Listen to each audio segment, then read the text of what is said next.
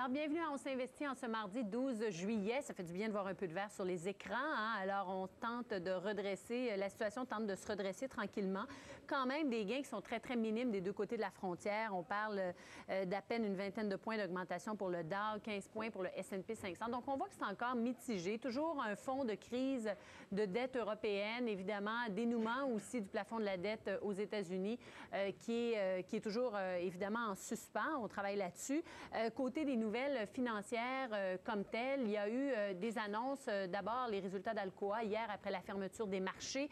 On parle de résultats excellents parce que les profits ont doublé chez Alcoa. Les affaires vont bien. La demande augmente et on le voit. Des revenus qui sont en forte hausse de près de 30 à plus de 6,5 milliards de dollars. On a raté un tout petit peu la cible des analystes, ce qui fait qu'en début de séance, en tout cas, le titre d'Alcoa reculait, mais il est reparti. Le titre d'Alcoa, je vais vous le dire tout de suite, il est reparti en hausse, très légère. On peut parler quasiment de stabilité à 15,96 $. On vient tout juste d'avoir les résultats d'Alimentation Couche-Tard qui a publié d'excellents résultats et surtout d'excellentes nouvelles pour les actionnaires.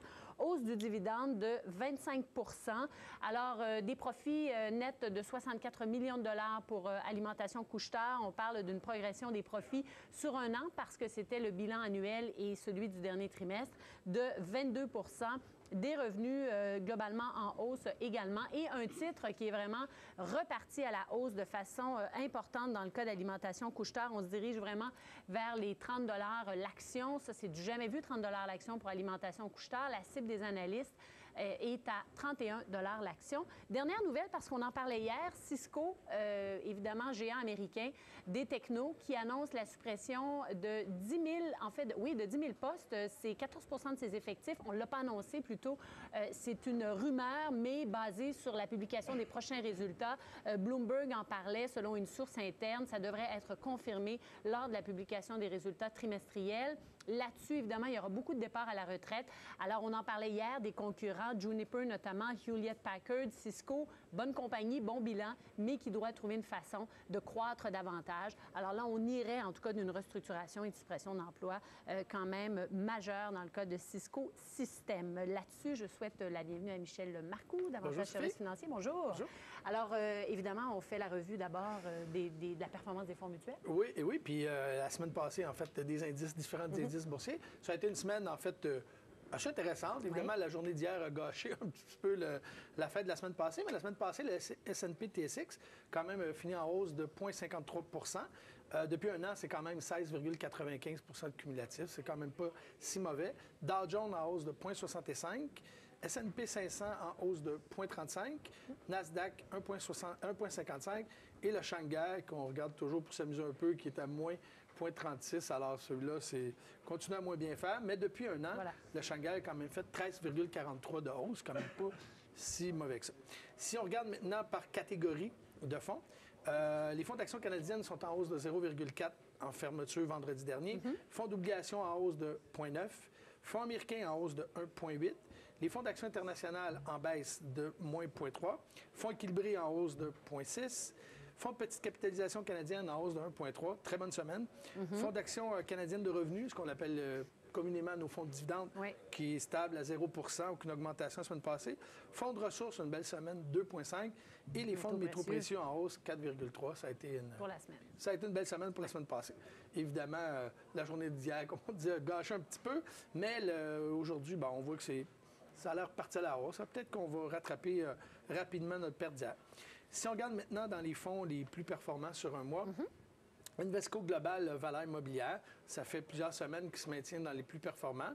Mais évidemment, il faut faire attention, les fonds immobiliers sensibles souvent au taux d'intérêt. Si jamais il y avait une hausse de taux, les rendements pourraient diminuer grandement. Alors, il ne faut pas acheter les rendements passés, mais regarder un petit peu vers l'avenir.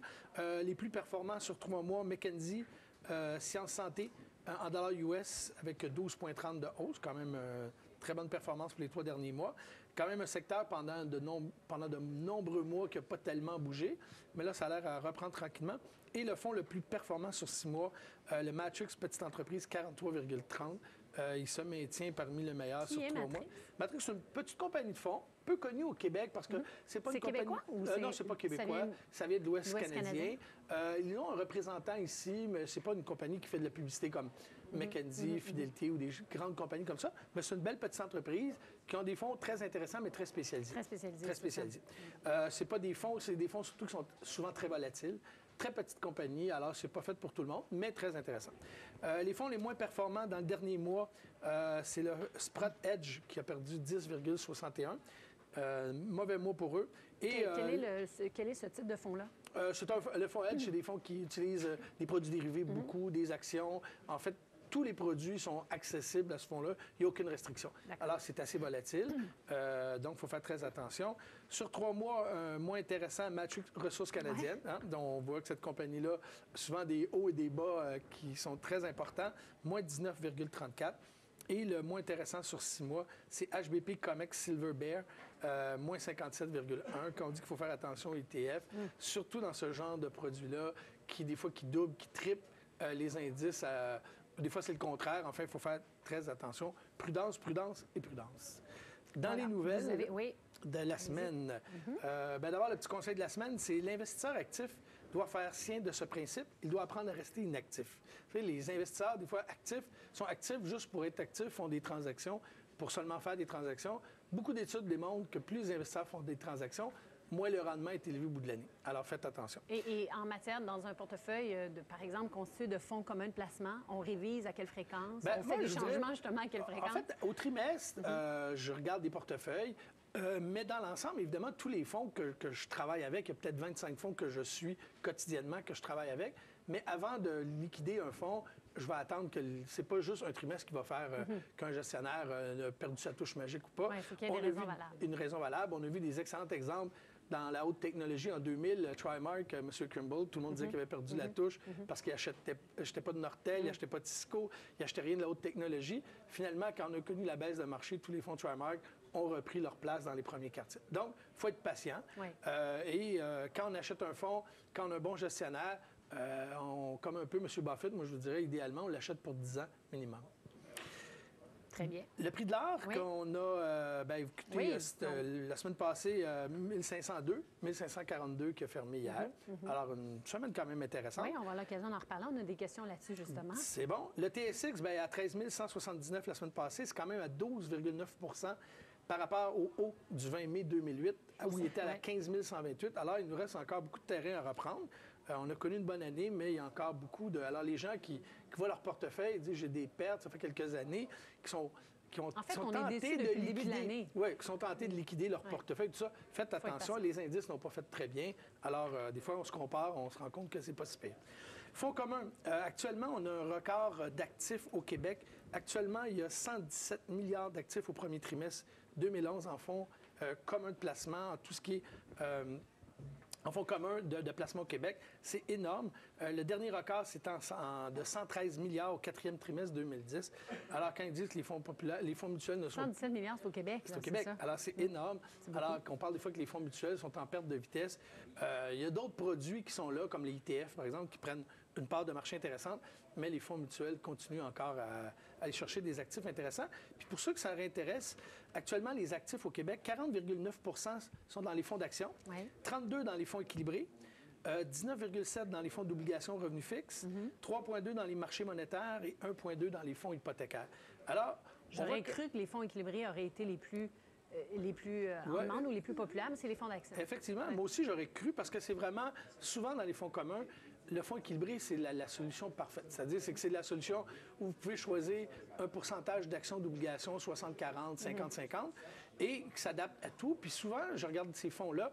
Je regardais ce matin dans le fonds, par exemple, équilibré comme Fidélité équilibré. Ce fonds-là a au-delà de 902 positions en obligations et au-dessus de 110 titres dans son portefeuille. Donc, quelqu'un qui voudrait acheter des titres individuellement puis acheter des obligations pourrait jamais avoir assez de sous pour pouvoir avoir une si grande diversification. Alors, je pense que les fonds équilibrés, je m'attendais en tout cas un petit peu plus que ça, mais on se rend compte que les fonds d'action ont encore... Est-ce qu'il y a beaucoup, au Québec, là, dans l'industrie des fonds communs au Québec, beaucoup de développement de nouveaux produits? En fait, des fonds mutuels, il en sort à tous les jours, puis il en disparaît, je vous dirais, il y a toujours des tendances. Exactement. Comme je regarde de ce temps-ci, il y a des fonds de revenus fixes. Il y en a beaucoup qui ont sorti depuis un an. Il y en a encore des nouveaux. Des fonds d'obligation de marché émergent. On n'en voyait pas beaucoup il y a quelques années. Il y en a très peu qui ont une historique intéressante. Je vous dirais que depuis un an, il y a beaucoup de compagnies de fonds qui sont en train d'en partir. Et il y en a là-dessus des très intéressants. Sauf que je suis toujours très prudent à ça. Souvent, les nouveaux fonds, c'est des fonds spécialisés. Oui. Puis moi, je déteste les fonds spécialisés. Alors, pour moi, le fonds idéal, ce serait un bon fonds équilibré, un fonds d'action canadienne, un fonds d'action étrangère, mais d'aller chercher un fonds spécialisé, c'est que vous faites le pari que ce secteur-là en particulier va bien faire. On prend une décision de gestionnaire d'une certaine manière. Exactement. Alors, moi, je pense qu'au prix que ça coûte, on dit que les gestionnaires coûtent cher, bien justement, au prix qu'ils coûtent, profitez-en pour que ce gestionnaire-là décide, est-ce que c'est le temps d'augmenter la pondération à l'étranger? Est-ce que c'est le temps de revenir au Canada? Quel secteur il va favoriser? Je pense que pour la plupart des investisseurs, ça va être la meilleure solution. Parce que je pense que trop d'investisseurs tentent trop souvent de prévoir l'avenir. C'est pas par des chiffres, il y a ça de prévoir l'avenir. On veut un coup d'éclat, en tout cas pour une portion de notre portefeuille. Exactement. Et c'est là qu'on y va vers ces produits en tout cas, un peu plus exotiques. J'ai rarement vu de bons résultats. C'est bon de le savoir. Aussi, autre nouvelle, les fonds communs pour le mois de juin, 23 des 24 indices des catégories d'actions ont terminé dans le rouge pour le mois de juin. Ça n'a pas été un bon mois. Alors, c'est un mois oublié pour les fonds communs en règle générale. La Chine, maintenant, c'est nouveau. Les banques américaines vont pouvoir vendre des fonds communs de placement en Chine. On ne pouvait pas avant. C'est tout nouveau. Alors, évidemment, c'est un marché énorme. La Chine a signé des ententes avec le gouvernement américain. Et je vous dirais que ce serait peut-être le temps que le gouvernement canadien s'y mette aussi. C'est ce que j'allais dire. Est-ce qu'il y a des pourparlers pour que ça puisse se faire avec une grande banque canadienne? Je n'ai pas trouvé de nouvelles, mais en seule chose qui est sûre, c'est que c'est un marché excessivement important. Sauf que moi, j'arrive de la Chine et on me dit là-bas, les fonds communs de placement, c'est pas encore quelque chose qui est attirant. Les gens vont plus investir, par exemple, dans la consommation. C'est pas un investissement de consommation, mais les gens vont dépenser. Investir beaucoup dans l'immobilier. On sait que l'immobilier est très cher. Et il y a eu quand même des booms incroyables dans l'immobilier. Évidemment, on parle d'une ballonne actuellement. Alors, est-ce qu'on ne sait pas combien de temps ça va durer, mais il faudrait faire attention à être très prudent. Mais il y a quand même un marché intéressant pour les 10 prochaines. En ouvrant le marché, après ça, j'imagine que c'est une question aussi d'éducation, d'information qui va se faire petit à petit. Il y a quand même tout un potentiel. Oui, puis les gens qui jouent actuellement, qui investissent en Chine, souvent, c'est des gens qui sont de la spéculation. C'est comme s'ils jouent au casino. Alors, c'est un marché assez différent.